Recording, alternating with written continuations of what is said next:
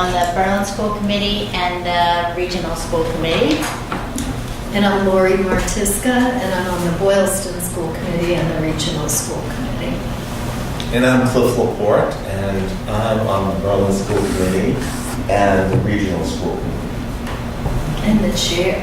On the chair of the Regional Committee, yes. Yes. And over here we have Bob Connery, who's our financial director for the schools, and our superintendent, Jeff Sange. Okay? Yes? Can you put that on a slideshow? Oh, yeah. Here, just needs to be loud, please. All right. You're welcome to do that. Would you be comfortable with Can I that? sit at the table? Because we can speak. You got plenty of room. Lori, does this have a voice?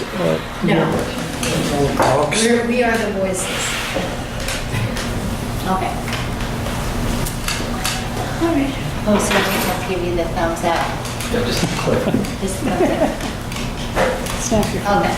So the Regionalization Subcommittee has been meeting since June of 2017. It's been made up of about 20 stakeholders: school committee members, teachers, parents, community members, business director, people personnel director, and the superintendent.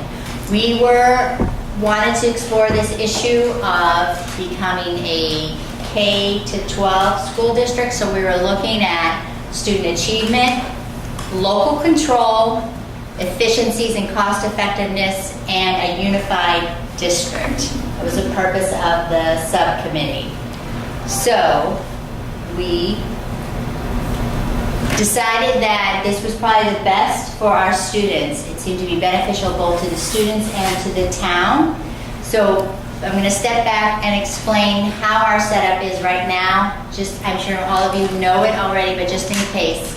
We have a superintendent, and we have a Berlin School Committee, which oversees Berlin Memorial School. That's one school district. We have Boylston Elementary School Committee that oversees Boylston Elementary. That's a separate school district. And then we have Tohoto Regional School Committee that oversees Tohoto, and that's a third separate school district. So they are each separate legal entities. And overriding all of that is the superintendent and our central office staff, which are able to do that because we have a superintendency union, which means that we can hire a superintendent and share a superintendent between the three school districts and the central office staff. What we're proposing with full K-12 regionalization is that we have a regional school committee with 3 schools in the school district. And again, the superintendent overseeing all 3 schools, and the regional school committee overseeing the superintendent. Ignore the lines on those. I can't figure out how to delete them. All right. So that's kind of weird. So why would we want to do this? So first, I'll cut you off, sorry. No, Because our collaboration between Berlin and Boylston, we're seeing great success with our regional school district, Tohoto. So this slide shows you using School Digger, Tohonto's rank. It's 15 out of 348 high schools, and there are some other local schools listed there as well. Westboro is 25, Algonquin is 58, and Shrewsbury is 62. So we're doing pretty well for Tohoto. In what way are you doing well? Well, for example, we have, those scores are based on MCAS scores, which are not the be-all and end-all. But there's some other very significant things. So, for example, in 2014, NerdWallet did a top 10 schools in Massachusetts for your buck, which means a affordable community that has a really excellent school system. And Berlin-Boylston, Tohoto, was ranked number 8. Last spring, or maybe, I think it was 2017, Boston.com did an article on 7 districts with innovative programming in affordable communities, and Tohoto was listed as one of those 7 for its global studies program. So they're just doing all around really well. And the culture there when we walk into the school is very supportive. The kids are really kind to one another. It's an inclusive community. I just feel that way being a parent of 3 kids. So that's how it's doing well. Okay. I mean, the current junior class, they were tied number 1 for their ELL, English Language Arts MCAS scores. So that means all the kids 100% did proficient. I think there were 6th for math and maybe 25th. Oh, excuse me, 25th for math and around 6th for science, I think. So, I mean, academically they're doing very good. Okay, so when we go on to elementary schools, we have some room for improvement. Both Berlin Memorial and Boylston Elementary aren't meeting their potential. So a lower score is better, a lower number is better. Boylston Elementary is 131 out of 934 elementary schools. Berlin Memorial is 275. Okay, so what educational benefits can we achieve if we become fully regionalized? So that's what we're looking at, and that's what we're going to explore next. Who are you racing with? All of Massachusetts you're talking about, or just Yes. this Those area? 900 you're talking about? Yeah, 900. Yeah.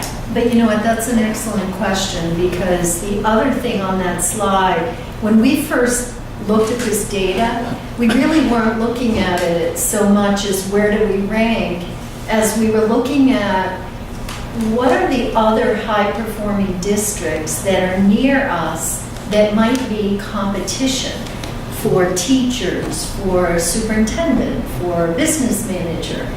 And that's why we initially looked at that slide. So a lot of the schools across the bottom are not far away from us. Shrewsbury, Harvard, Southborough, Shrewsbury, Westborough, and Northborough. So we wanted to see, well, how are we stacking up against these other schools in these other communities? And that was the reason that we really looked at that. And But 275 is math, you said? No, that's how Berlin Memorial School ranked. Out of 934 elementary schools in Oh, Massachusetts. 900. right, Yeah. right. So it's like the 70th percentile or 71st. That was the same school. Yeah, the scale there for 300, that's just Yeah. a picture, but it's actually 934 I schools. see. That's a good point. I think we went backwards. Just went backwards and forward again. Oh, I'm sorry. That's just an introductory slide. Just Yeah, I'm sorry. It's okay. This is All right. very informal. So, yes, we are casual here. So, in this full 3-school district, we feel like we can fully align curriculum and professional development. So what does that mean? I'm going to talk about professional development first. So each of the schools have their own grant for professional development, and the amount of money is not the same. So they can't provide the same professional development to each school. When we're talking about student growth and working together to reach high student achievement, we can't offer the same things to all the staff. Secondly, when we're talking about aligning curriculum, we do try to do that now as much as possible, but there's a mind shift that occurs if you're fully regionalized, and I'll use the example I use all the time. I'm not sure if I'll do this for town meeting or not, but think of what you do for your job, and imagine that you are asked to work with another company. They do the same thing that your company does, but they have a different contract, different employer, different bosses, but you're put together with this other company and said, okay, work together on aligning this and getting this end product that we want to achieve. Maybe you would work together, but you don't. That person makes more money than you, and they have this, and it's so what we're trying to do is a unified vision And to be truly unified, a unified vision and collaboration, we need that true collaboration where the teachers always are working for the same entity. That we're not asking them to collaborate, and they are trying, but it's a mind shift. Okay. And that's coming from the curriculum director. Not my story example, but the mind shift example and the greater collaboration, authentic collaboration. Okay. The next one is resources for supports can be shared across the district as needed. So right now, we do share some staff, but it's difficult because they work certain hours in one building and certain hours in another building, and they get, I'm not going to explain it. We try to base it on student need. And since I've been on school committee, it seems like we're doing more of that rather than basing it on the adult. And okay, I'm going to put you in this school for X number of hours because you'll get benefits. But really, I need you 50-50. And if I put you 50-50 in each school, you don't work enough hours in either school to achieve benefits. So again, it's not student need driven. Now I'm seeing more where they're really trying to put the occupational therapists, speech therapists, where they're needed, most needed, except that the needs change from year to year, classroom to classroom. So one year they're getting their benefits from Berlin Memorial, the next year they're getting their benefits from Boylston Elementary. That creates a real instability for the staff member.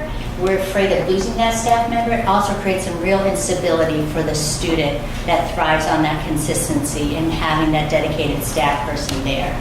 So that's what we're talking about when we talk about shared supports.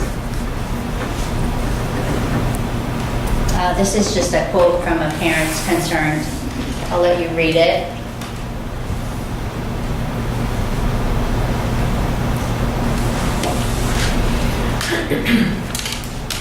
Okay. Attracting top talent. So the original slide when we talked about the other school districts in our area that have high-performing schools, if you're a new teacher or a superintendent and you have your choice of where to go, you're going to want to go to a school that has potential for growth, and you want to go where you have less chance of a reduction in force, which is a layoff, right? So the last one hired is the first one to go. If you're being hired at a school district that has 3 schools, it's much more enticing to me as a new employee than going to be hired at a 1-school district. So that's what we're talking about, the ability to attract and retain. And I think it's pretty well known that in the last 10 years we've been through how many superintendents, how many business directors? The structure is not conducive to keeping someone long-term, and that itself is disruptive to the staff because our superintendent is our educational leader, and he or she has great vision, and they're trying to implement that vision, and the staff is trying to implement the vision, and then that superintendent leaves. So now we're kind of in a holding pattern where we have maybe an interim superintendent, then we get a new superintendent who examines the district, comes up with their plan, and has a vision. So it's very it slows down the growth, and it slows down what we can do for kids because we're kind of in this cycle of what's the unified vision. So when we talk about retacting and training top talent, this is what we need. I thought we meant tutus. All right. So the other thing is obviously this system would eliminate a lot of redundancies and duplication. Right now, because there are 3 separate legal entities, everything has to be done in triplicate. All the grant writing, all the technology things, the data implementation, 3 different reports, 3 different everything. And that takes up a lot of time. So this is your taxpayer dollars that you're spending for our central office staff to do things in triplicate. Now, if you cut out the triplicate, that obviously frees up some time. What do we want our educational leaders to be doing, particularly the pupil personnel director, the curriculum director, and our superintendent, who are all part of that triplicate business? We want them in the schools more often, working with our principals, working with the teachers and the staff on what are the best practices for students, what does good teaching look like, and the redundancy of the paperwork side of things inhibits that. Also, our business director has to do everything in triplicate, and when we asked him, what are you going to do with your extra time, he replied that he can spend more time looking for procurement opportunities, better investing. A new job. Not to mention that also a new job. Also goes with the curriculum. We talk about purchasing. Obviously, at 3 school districts, we have the ability to both purchase and get better pricing than you do for one district. I think that's I'm going to turn it over to Lori, and she's going to present on the big issue on a lot of people's mind, which is local control. So this is a theme that emerged as that group of 20-some people, Vice Suzanne, as the group of 20 or so started working together. We asked people for their feedback. We held listening sessions. We asked people, what are your concerns? What are your interests? What are the reasons we should not consider regionalization? What are the bad things about regionalization? And a theme that emerged from all that over and over again was this concept of local control. And so we asked people, what does that mean? What does it look like? What is local control? And one of the examples and one of the very important considerations people had is, well, for example, what if you close our elementary school? There was a concern to be sure that we would maintain an elementary school in each of the 2 communities. And so we were able to write into the agreement a guarantee that there will be a K through 5 elementary school in each community.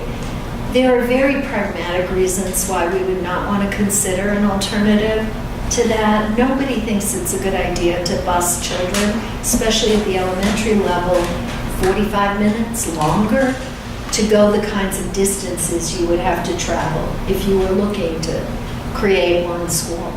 So there is written into the agreement a guarantee.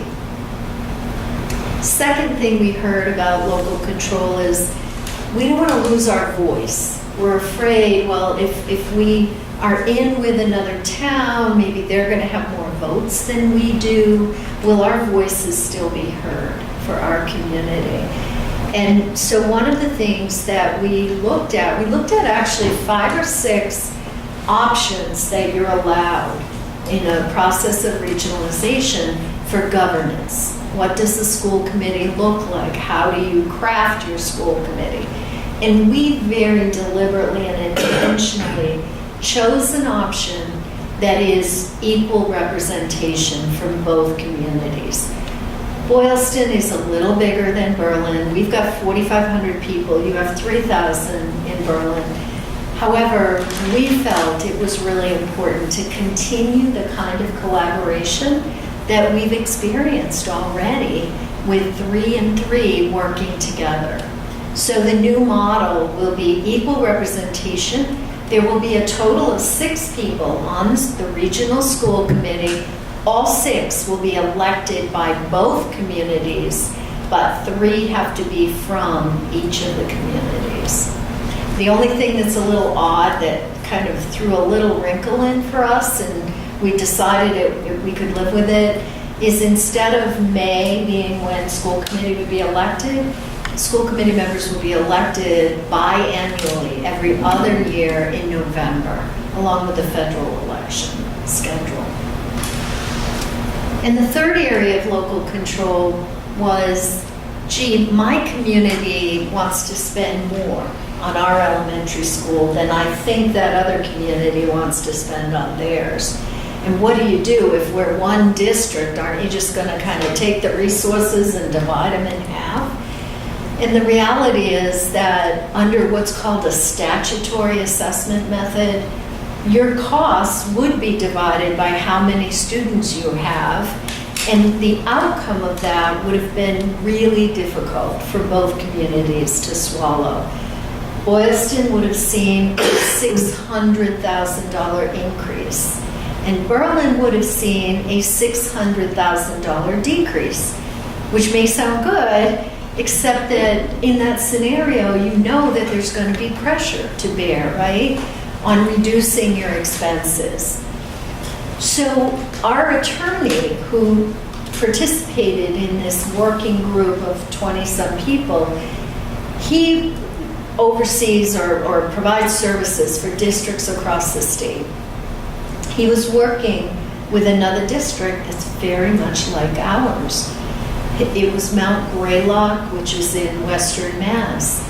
And they had this same setup with a regional high school, but multiple elementary schools in 2 towns.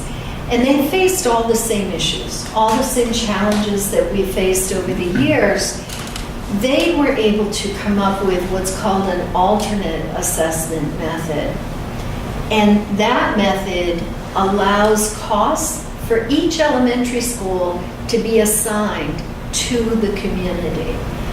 So, I mean, there's a complicated structure and formula behind this, and there's something called foundation budget that we're required, each of our towns are required to spend a certain amount, but you're allowed to spend above that amount. And that piece will be at the discretion of the 2 communities in conjunction with the school committees and obviously the leadership of the schools.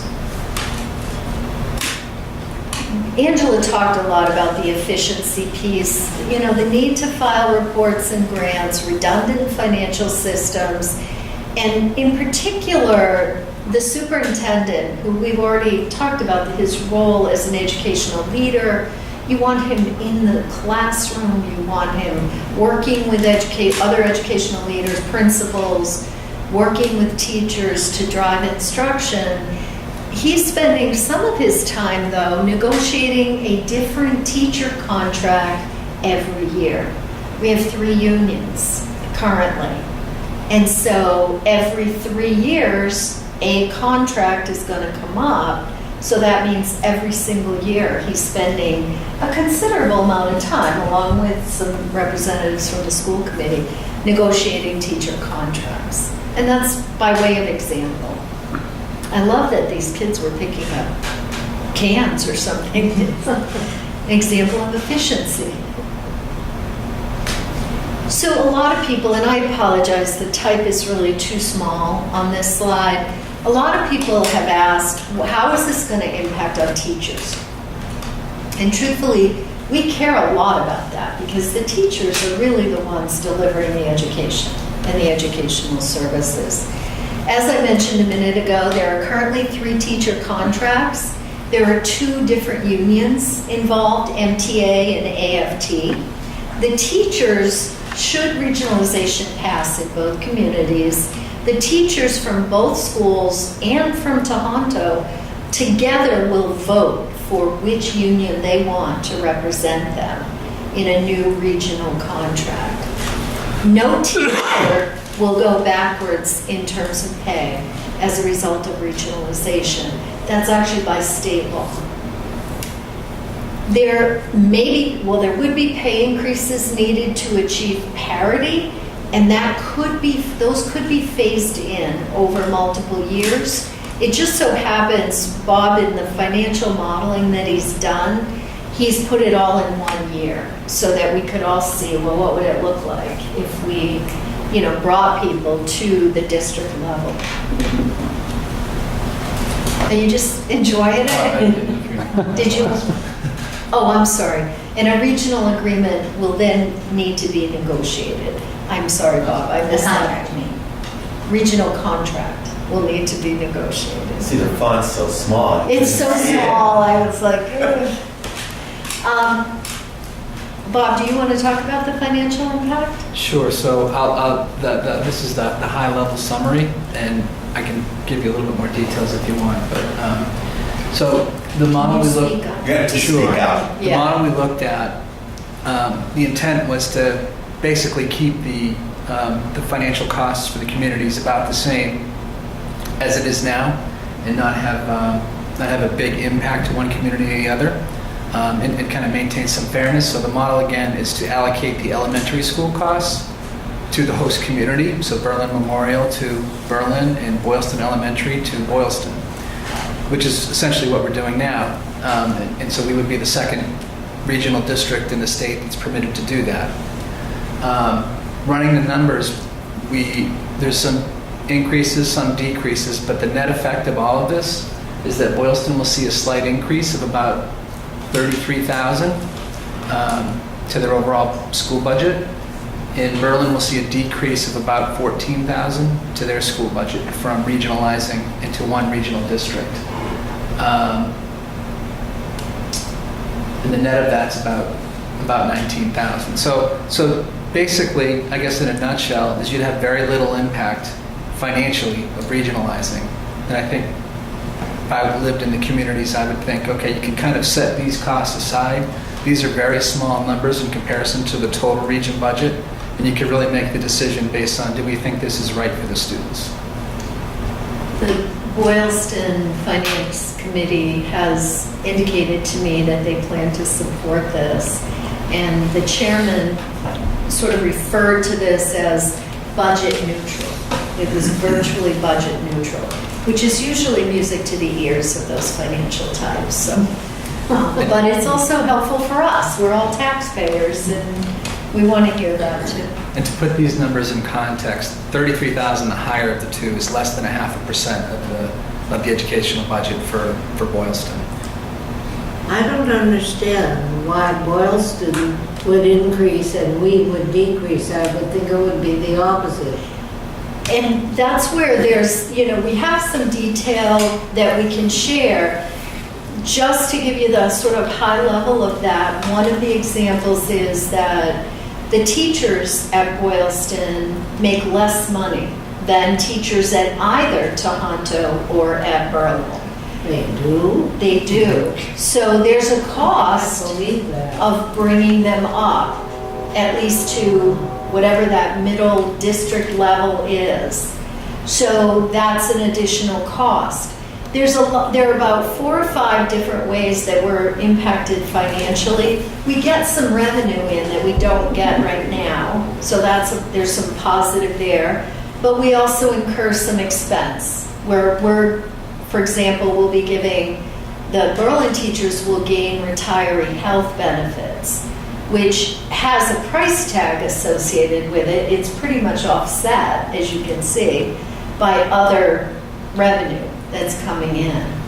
But if you add all the revenue and you subtract all those additional expenses, you end up where Berlin's school costs will go down by 13,900. Your taxes won't, don't worry. Yeah, it's such a tiny number that you won't even see the impact in your taxes.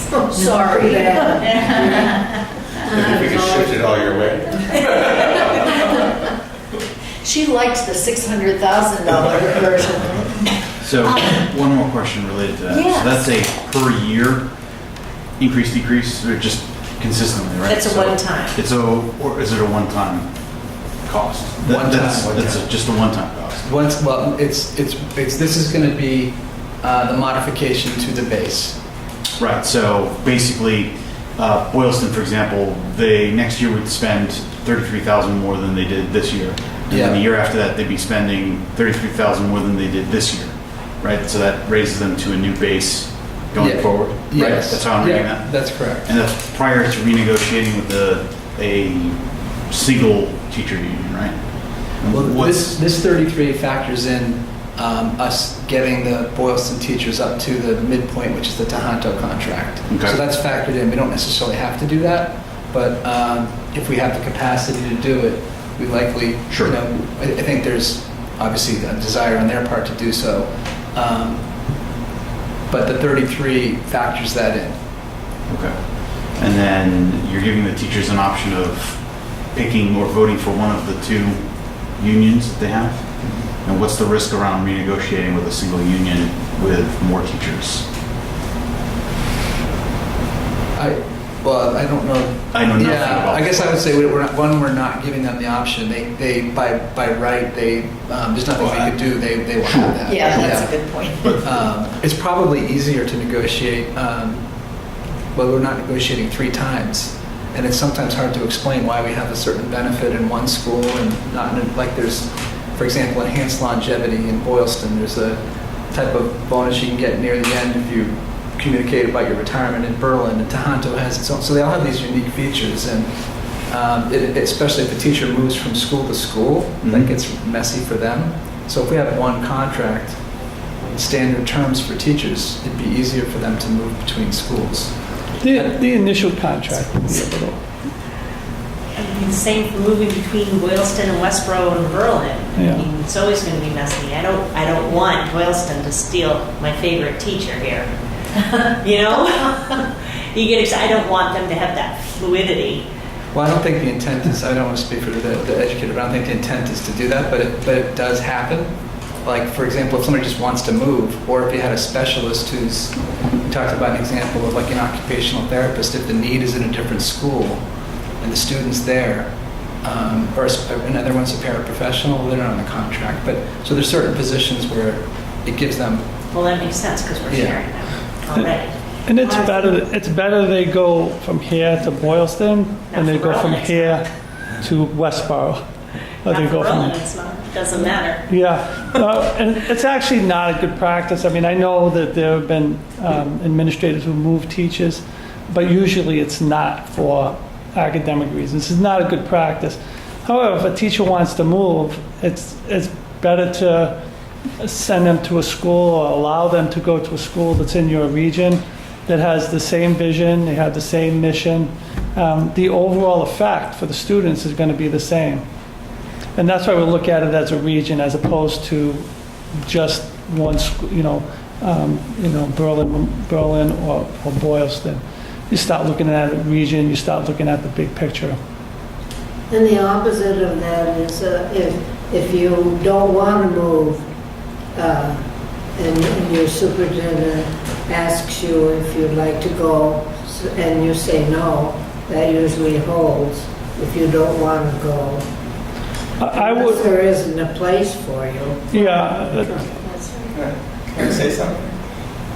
Usually, movement within a school district is governed by the contract that the teachers have negotiated. Correct? Yeah. That's right.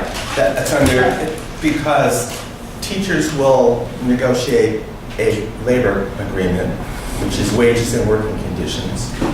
And under the working conditions portion, there will be language about teachers having opportunities to move, what the rules are about that, how they make that happen, how it doesn't happen.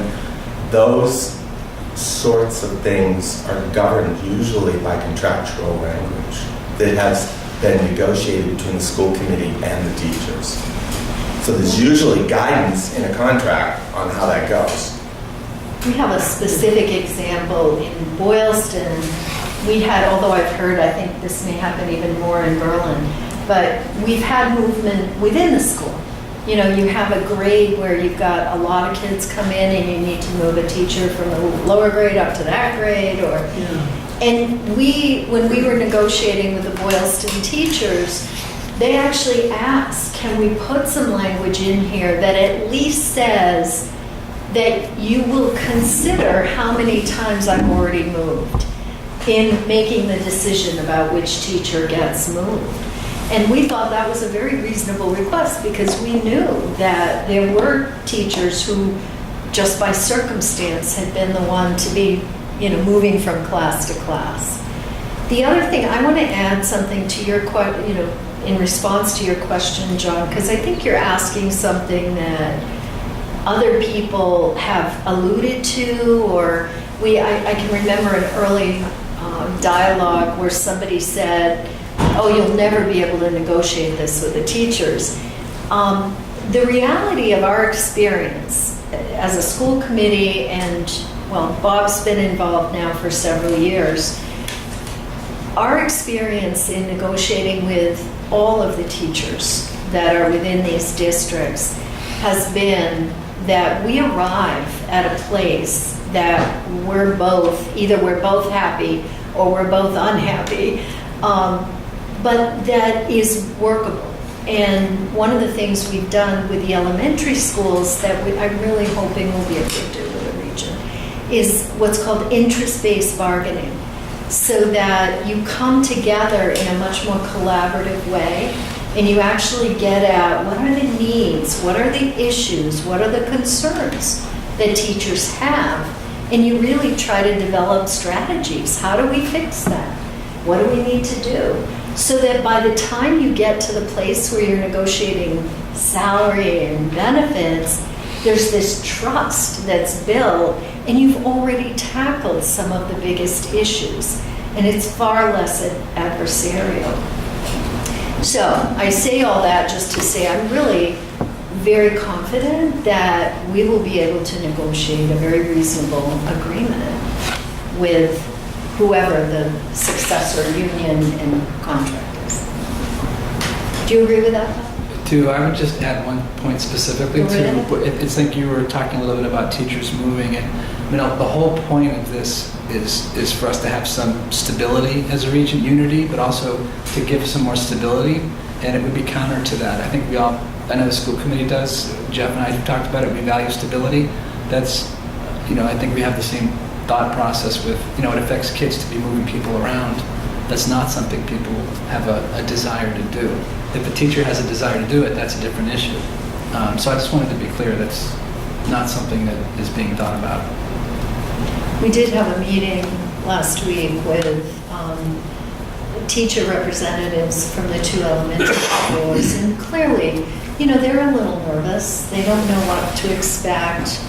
And one of the things that we shared with them is the fact that as we do all these public forums, we spend a fair amount of time on how will this impact on teachers, because we care a lot about that. That's really important. These are the people touching your children. I didn't say that. Let me back that one up. Touching your children's lives is where I was going. I want to use the word reach. I don't know. These are the folks who really are responsible for whatever educational outcomes we're able to achieve in our schools. So we care very, very much that whatever impacts, that they're positive if at all possible. And the last slide is just a summary. Full regionalization is supported by a number of people, by parents, by many teachers, by all of the principals involved, the superintendent and the school committee. We think the barriers that were insurmountable in the past, particularly those things around local control, have been overcome in the proposed agreement. And we really believe that now is the right time to unite our schools in a common mission and vision to provide an outstanding education. And the last thing I'll point out is this says kindness matters. And I always point that out before we open it up for more questions. so be kind.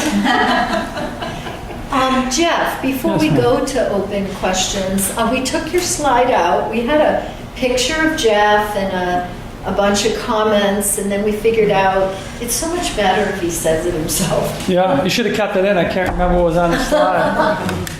Is there anything you'd like to say?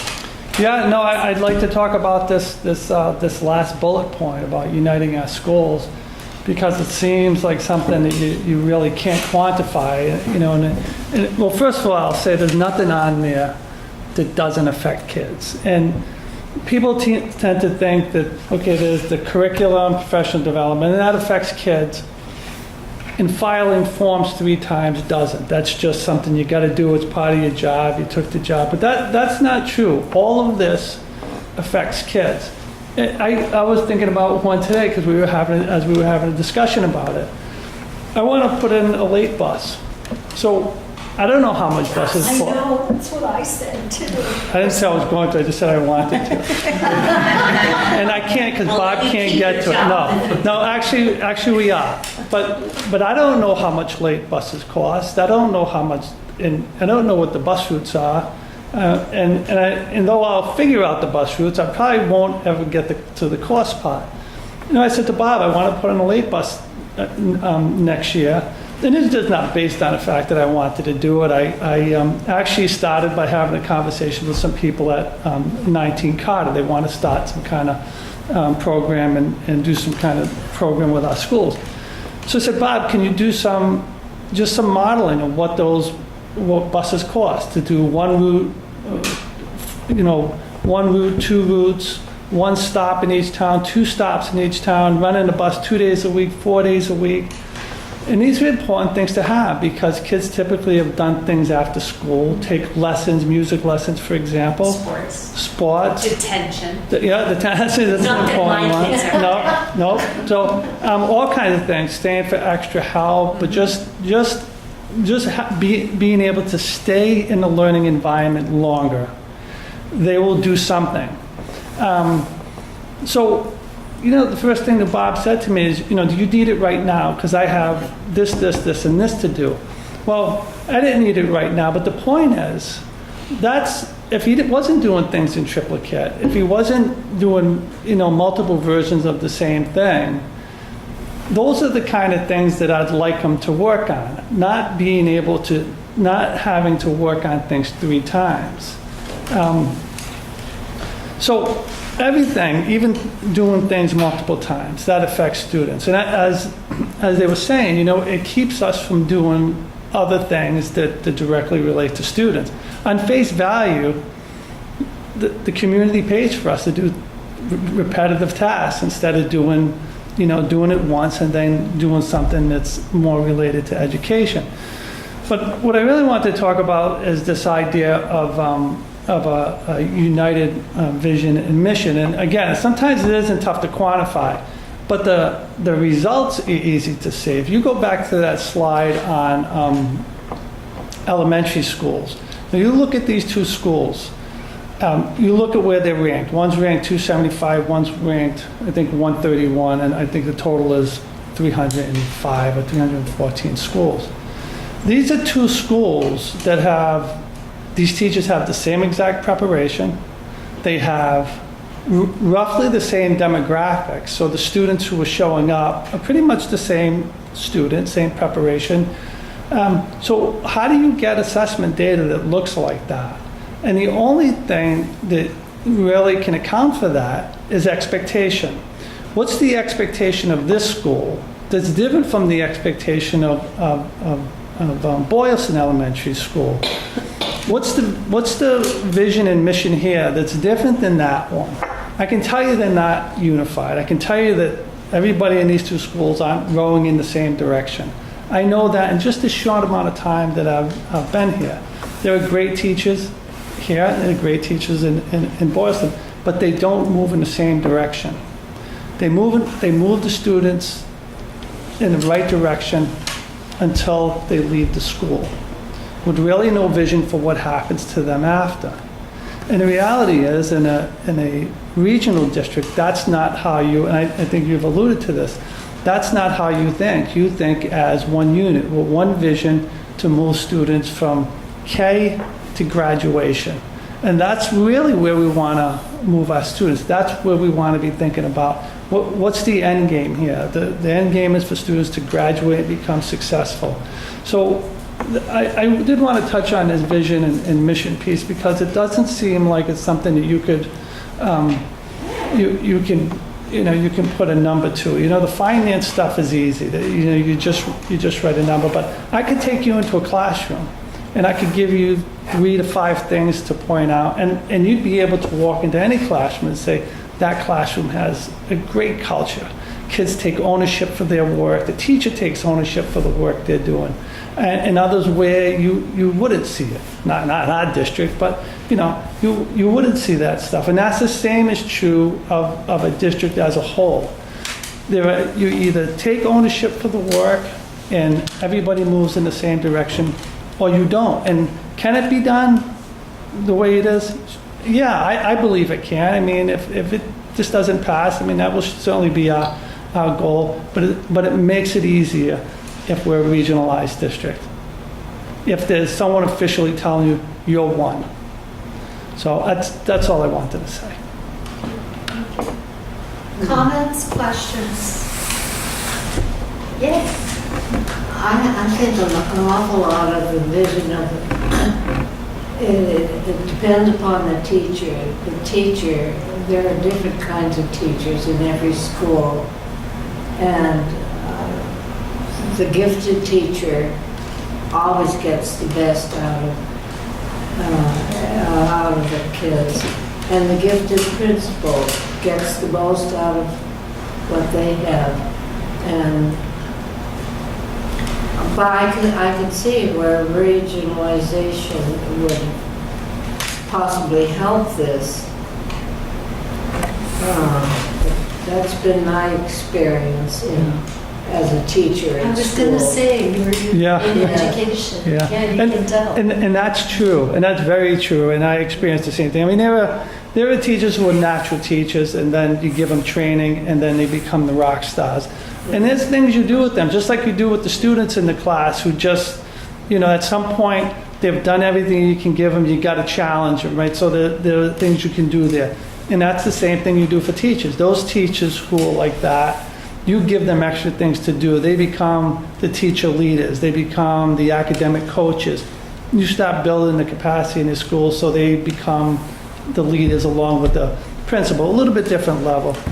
But that doesn't stop you from having a high expectation to move everybody up. Now, they may not all get to that point. I agree with that 100%. But if you take a larger group of people and you move them all up, you ratchet them all up just a little bit, it makes a profound difference on the district. Yes. Well, and I think because Berlin is so small, my son's class only had 24 students in the entire grade. So you've got a couple kids that could easily bring down the whole MCAS scores very easily with just a couple. You're going to see that volatility a lot more in Berlin than you will in Boylston. I think that's probably one of the reasons that Boylston's can easily be ranked higher. That's true, and you know what? You can have two kids in a district with high expectations that will do just the opposite and bring them up. And I'd rather think about it that way. And again, if you're, and it's true, but if you're, and those teachers who you have a high expectation for, I'm not talking about the rock stars because they always stick out anyway. I totally agree. But those teachers who have those students who are on the borderline, they bring them up just a little bit. They become the difference between having a high ranking and a low ranking. And I agree with you. In a small school, just very few kids can have a dramatic impact. But I'd rather not think about the impact of the scores, just the mindset Right, exactly. of Because look, when they get to Tohoto, how fantastic they do. I was very impressed with that slide, and yay us. All of us. I don't want to hug. Oh, may I ask you a question? Yeah. If our superior teachers that we have, What? that you mentioned. The you have a superior gifted teachers, teacher, yeah. Okay. Do you think that he or she could do even better if they had more tools? Had more what? More Tools. more things to work with, Well, more opportunities to give the kids. Would they do a better job? Depends on what the school is. I don't know. I find that kind of hard. We seem to have plenty of tools in where I taught in Northborough.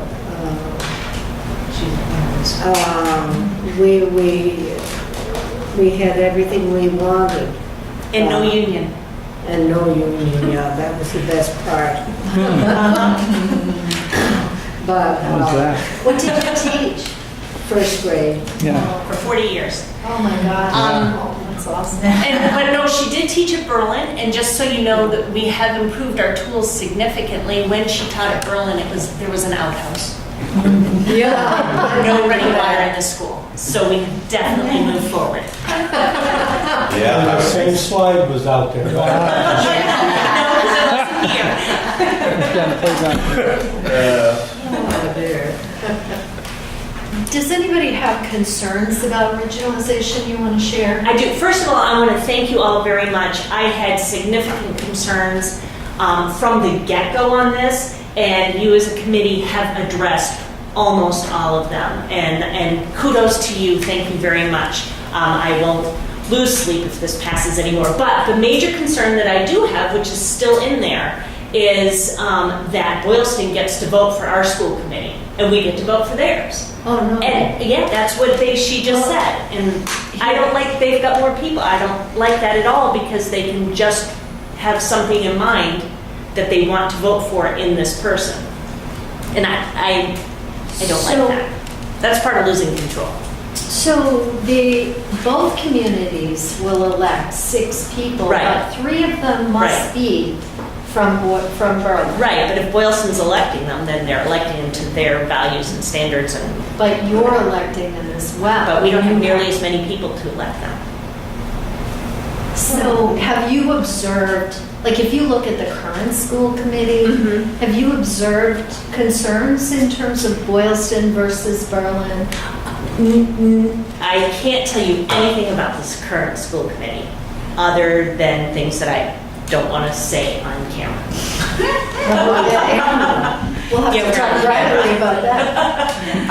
I can tell you from 6 years on school committee that I have never once seen a vote come down to Boylston versus Berlin. And I believe that 100%.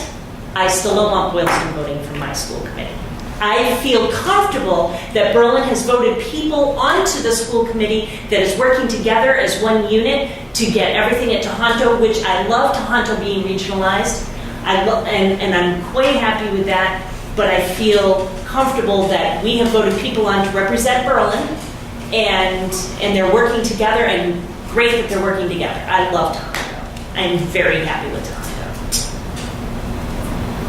But they wouldn't be able to, if there's 6 people, that 3 Boylston people wouldn't be able to, if I understand you correctly, wouldn't be able to vote something.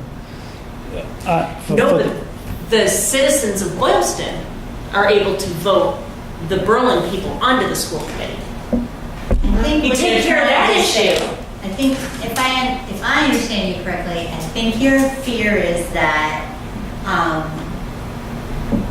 Boylston might solicit a Berlin resident who has some sort of same ideals as the Boylston And they get a bigger vote and base. recruit that person to run. They get a bigger with their vote higher base, that's what she- population, yeah, that's right. vote That's what that she's saying. recruited person to become the Berlin representative. And that's an extreme, and I'm not saying Yeah. that's an extreme, but even just Boylston likes to have people on the school committee who have this attribute: keep costs down, keep flowers growing, whatever it is.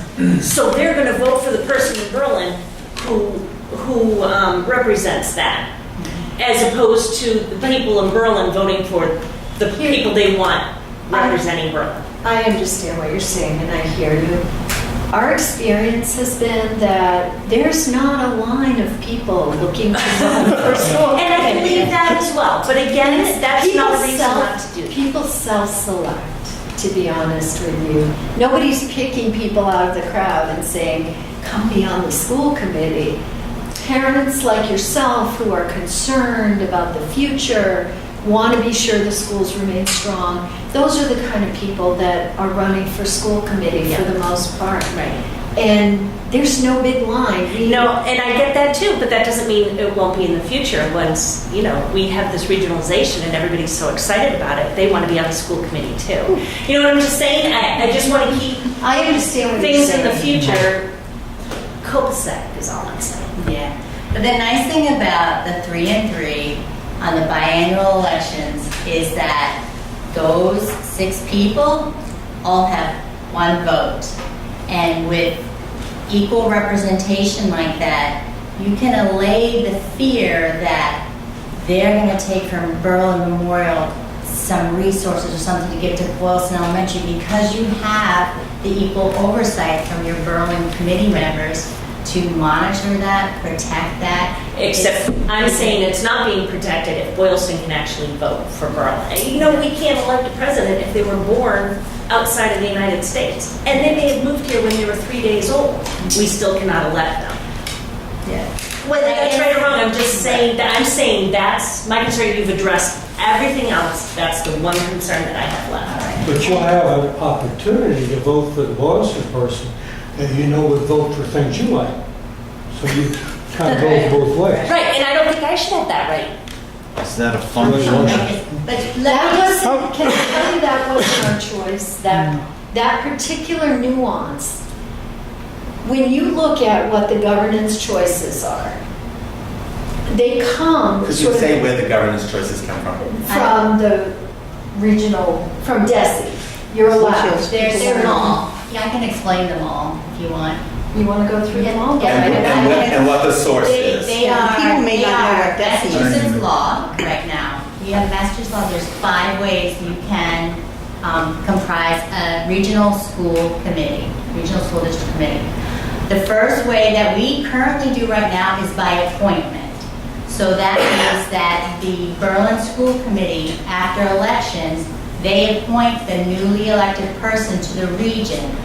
The region person doesn't necessarily have to be a Berlin School Committee, and in fact, a few years ago, we had someone on the region who resigned, stayed on the Berlin School Committee, and so someone was appointed from the community at large by the school committee. If we kept that method and didn't change our language, right now, some board would have to appoint the regional school committee members, probably the select board. So we really didn't want our select board appointing school committee members, we wanted them to be elected. The other options are if you wanted to stay voting only for Berlin members, you'd have to do it proportionally. That means we would have to have, by population, we would have to have maybe, for example, 2 Berlin representatives on the committee and 3 on the committee from Boylston. We'd all get 1 vote, but Berlin only gets 2 votes and Boylston gets 3. If you wanted to do 3 and 3, but only vote in your own community, the votes would be weighted. So Berlin, with the lower population, those 3 members maybe get 75 or 60% of the vote, and the Boylston 3 members would all get 1 full vote. So we really liked our 3 and 3 representation. We all wanted 1 vote. It was very important to us, and we have worked really well together as a team. How are we going to do this? The only way, I'll get into the 6th option, which currently isn't legal. The only way we can legally do it is for the members to run in both communities. So that's why we came to that conclusion. The 6th option, which currently isn't legal, is to leave a Berlin, vote in Berlin for 3, you get an equal vote, but we would have to get special legislation. That means it has to pass by the Massachusetts House, the Massachusetts Senate, and the governor sign on. And frankly, I appreciate your concern very much, but I guess we just didn't feel that that was worth all that hassle when we could simply just run in both communities. I can't believe you remember all of this. I've been studying this for years. I am so impressed. And so if we regionalize because we have concerns 1, 2, and 3. And if we don't regionalize because people have concerns of A, B, and C. So if we're regionalizing and writing into the contract to take care of A, B, and C, why can't we just not regionalize and work out so that we take care of 1, 2, and 3? Why do we have to regionalize to take care of all this? We can just do it. We have a superintendent who oversees. The last superintendent got everybody on the same curriculum. She was very clear about everything she did when she left, about everything she did to bring everybody together, how the grades all went up and how MCAS scores were. Why do you have a look of confusion on your face? No, I don't. What was the question? I'm just saying. So some of those things you can't just. Some of them you can, but some of the things you can't do. You can't. Yeah, I know. I would, but I don't. I want to keep my license. Some of the things you can't do. You can't. You can't just share staff in a region. So. But we are sharing staff. Yeah, but they work for 2 separate districts, and trying to find, goes back to, trying to find good people. They actually have to work for two different towns. So they get 2 W-2s. And also, I forgot who mentioned it. One, Angela or Lori mentioned it, that the needs change. So if one year this school needs more support, next year the other school needs more support. You can't just do that. So if you say these 2 teachers are going to be, these 2 support people are going to be 50-50, they have to be 50-50 by law. They have to spend an equal amount of time in each school. You can't say, well, okay, we don't need them as much this year in Boylston, but all of the need is in Berlin, so we can put them there 70% of the time. You can't do that here. You can't share Title IIA money. You can't share professional development money. You can't share Title I money. Title I is a federal grant that gives supplemental services to students who need extra support. You can't share that money. So if there are more students in Berlin that need the support this year, and we don't have the money, they don't get the support, or they have to find another way to do it. But these grants are put in place to help us, and they don't really help us as much now as they would if we were regionalized. So would we find a way? I mean, we could, but the government provides these supports, so that it makes it easier to directly support students. So some things can be done. I mean, we can align curriculum. It's not as easy. You can have a unified vision. It's just not as easy. I mean, these schools, they're two very different schools. They think about education in a different way. And I think that, Go ahead. The only thing I can say is, excuse me, that is it perfect? Probably not. But is it much better than what we currently have? Absolutely. I think the other piece is that we're really mindful, and it's probably, maybe we feel it more on the school committee sometimes. We're mindful of what happens with turnover. And, people who have been involved in it for a long time have seen a significant amount of turnover, especially in the educational leadership roles, the superintendent, the business manager, even building principals to some extent. The damage that does to the progress that schools are making is significant. Every time there's a change, I mean, we're delighted to have Jeff, and Jeff has a vision, and he knows where he wants to bring this school and this district. And I'm really excited about his vision. If he were to leave in 2 years, how that feels, that we're starting over again. It's equally difficult for teachers to go through that. A piece of the reason that people have not remained in their roles is the duplication and the convoluted system that we have. It's a particularly painful process for the business manager. And I personally think we have one of the best right now. I will cry the day he leaves, which hopefully isn't for 20 years. But his job is inherently frustrating, incredibly frustrating. It is demoralizing to do duplicative work. and I think, sorry. No, please. I work in an agency right now which has extreme turnover because it's very low pay. And it's very frustrating for me as a trainer to continually train new staff. It takes up so much of my time.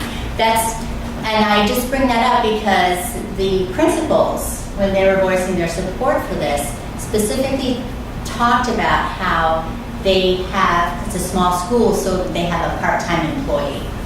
And they're training that part-time employee, a new hire, and probably a younger education professional, and then they move on to a full-time job because they want a full-time job. So they spend time training and mentoring and building up this employee, only have them to leave for a full-time job. Whereas if you work and you have to need part-time here, part-time there, it creates a full-time job for that employee. The second thing I wanted to bring up, which I have shared this example at other forums, and I didn't tonight, is that we have something called circuit breaker money, which is money that covers the cost of special education money. And this is for students that would thrive and excel in a collaborative program or a residential program.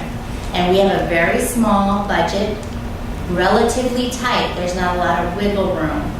And a collaborative is about $35,000 to $45,000 per year per student, plus transportation, which is about 20, 30. Yeah, 45 to 55. 45, okay. Plus 20.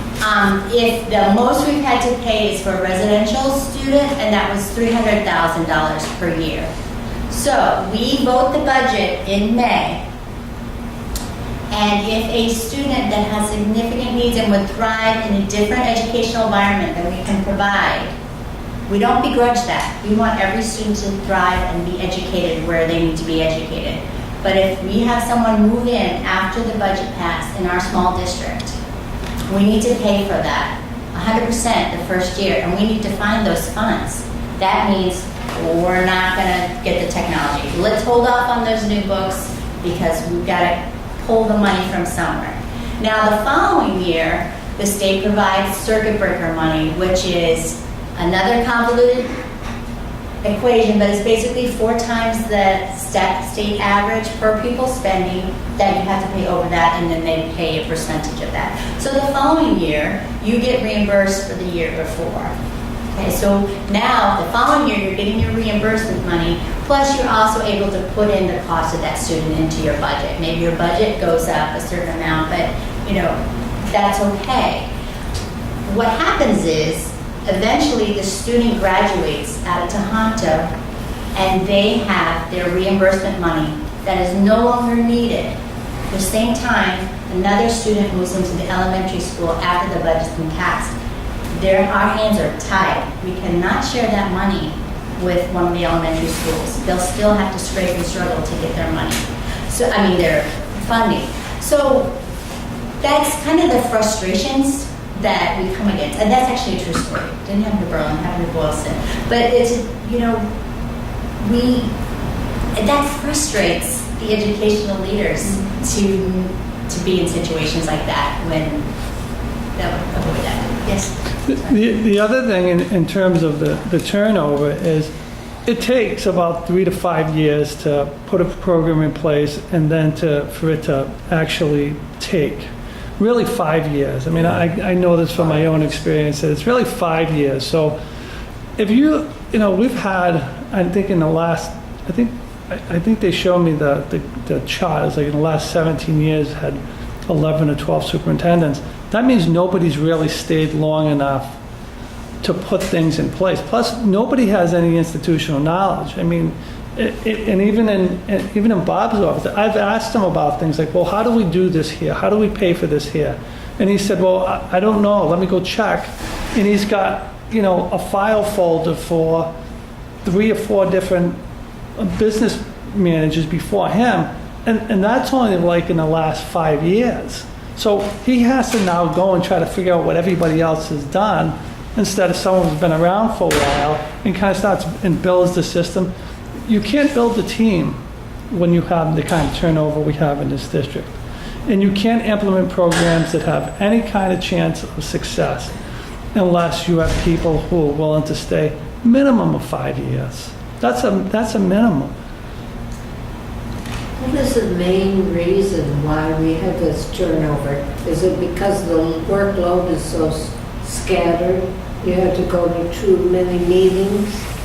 I mean, It's from a school committee perspective. I can't speak about teachers because school committee doesn't hire teachers. We deal with the superintendent. That's who we hire. And the business director. And the business director. But I've been on the committee 3.5 years. That's all. 3.5. no. I've dealt with 2 superintendents, 2 business managers, and 2 principals in Boylston. I've only been on the committee 3.5 years. But why? Yeah, what'd you do to them? I did nothing. I did nothing. Well, they go through the same thing. They work in a system every day. And I go back to this idea of culture. They work for 3 different school districts. And that's not easy to do. And people say, well, you know what you're getting into when you take this. And it's not true. It's absolutely not true. You better know. You know, didn't you?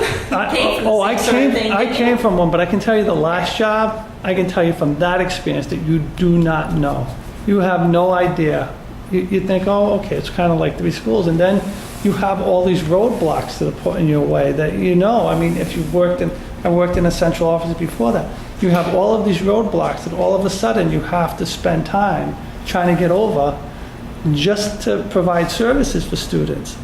You don't think that those, I mean, these are legal issues, things that you just can't do. So you don't know that stuff. I mean, you think, oh, it's not going to be that big a deal, and then it's not. But when you add them up, it starts becoming a problem, and it keeps you from doing other stuff. Just the fact that, I'll go back to what I said. Yeah, I'd rather him spend time working on modeling things that are going to impact kids. He's got enough stuff just during the day just to keep just the operations of the district, just the day-to-day operation of the district and the budget. So, so there's those things that would happen in any district. And then it's repeating things 3 times that when you go in there and you want to say, can you model this for me because I'm thinking of doing it. And he's got a pile like this and a pile like that. Very organized piles, though. Yeah, they're very organized. He knows what everything is. But at some point you think, you know what, I won't ask today because I know what he has to do. I know what he goes through. And so you put those things off and then they don't get done. You have to say, okay, well, what is it we can put in place that we can actually get some traction? So you don't know. You really going into it, you would think you would, but you don't. Or they get done and you just get burnt out and you leave.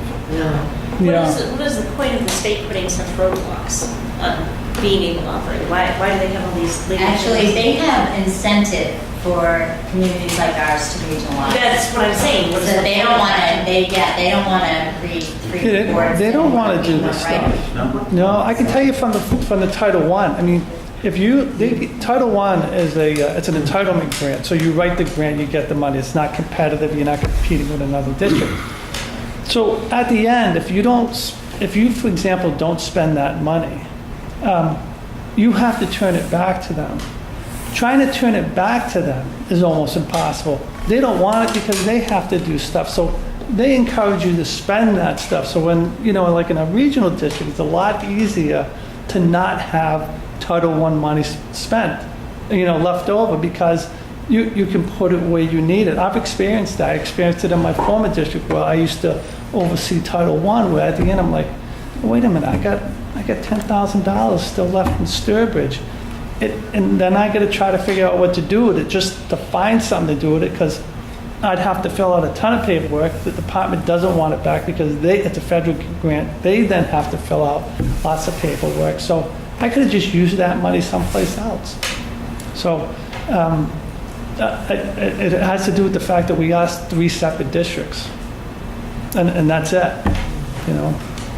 There's a lot of states. So I mean, the state would argue we're the highest performing school system in the country, so that their regulations are working. But so Massachusetts, I think, is ranked the highest. Yes, but, yes. But they do have, even for one district, forget 3. There's a lot of things that you need to follow, all sorts of rules, and they'll say it's for a reason. And I'm sure that there are reasons. There's just a lot of them, and I think having to kind of follow them 3 times, like the circuit breaker calculation, making sure it's correct. And so we have for grants, we have like 7 grants, but times 3, so there's 21. And sometimes we have 2 years open at the same time because we like to carry over money. So you might have 42 grants. No, we probably wouldn't carry more, but you could have more than 21. So keeping track of the 21 grants. So we did, kind of in the transition between me and my predecessor, we returned money on, I think, 5 or 6 grants because there was kind of a gap, and it wasn't a lot of money. It was mostly spent, but I mean that's money that could have been spent in the schools. Yeah. Any other comments, questions? Great job. Thank you. Thank you for Thank you for coming out. I finally made the last one. So tell me, is this being voted on this year at town meeting? Is that what the deal is? And when is town meeting? It's 2 nights. Yeah. I'm exhausted already. Yeah. Monday and Tuesday, but we're, Of next week? this issue is on Tuesday. Oh, really? Yeah. So you. Have we gotten our thing in the mail yet? It just came today. Just, Oh, I I didn't know. get mine. You didn't get yours? No. and you're none. Oh, we're just special. Did you check? It's also online. You can go on the Berlin Town website. But they are sending out the tour. You know how to get on the Berlin website? Yeah. Okay. I didn't teach that first day. Well, you know, today's first graders would teach you. They would, I'm sure. Thank you all. Thank you all. Thank you. Appreciate it.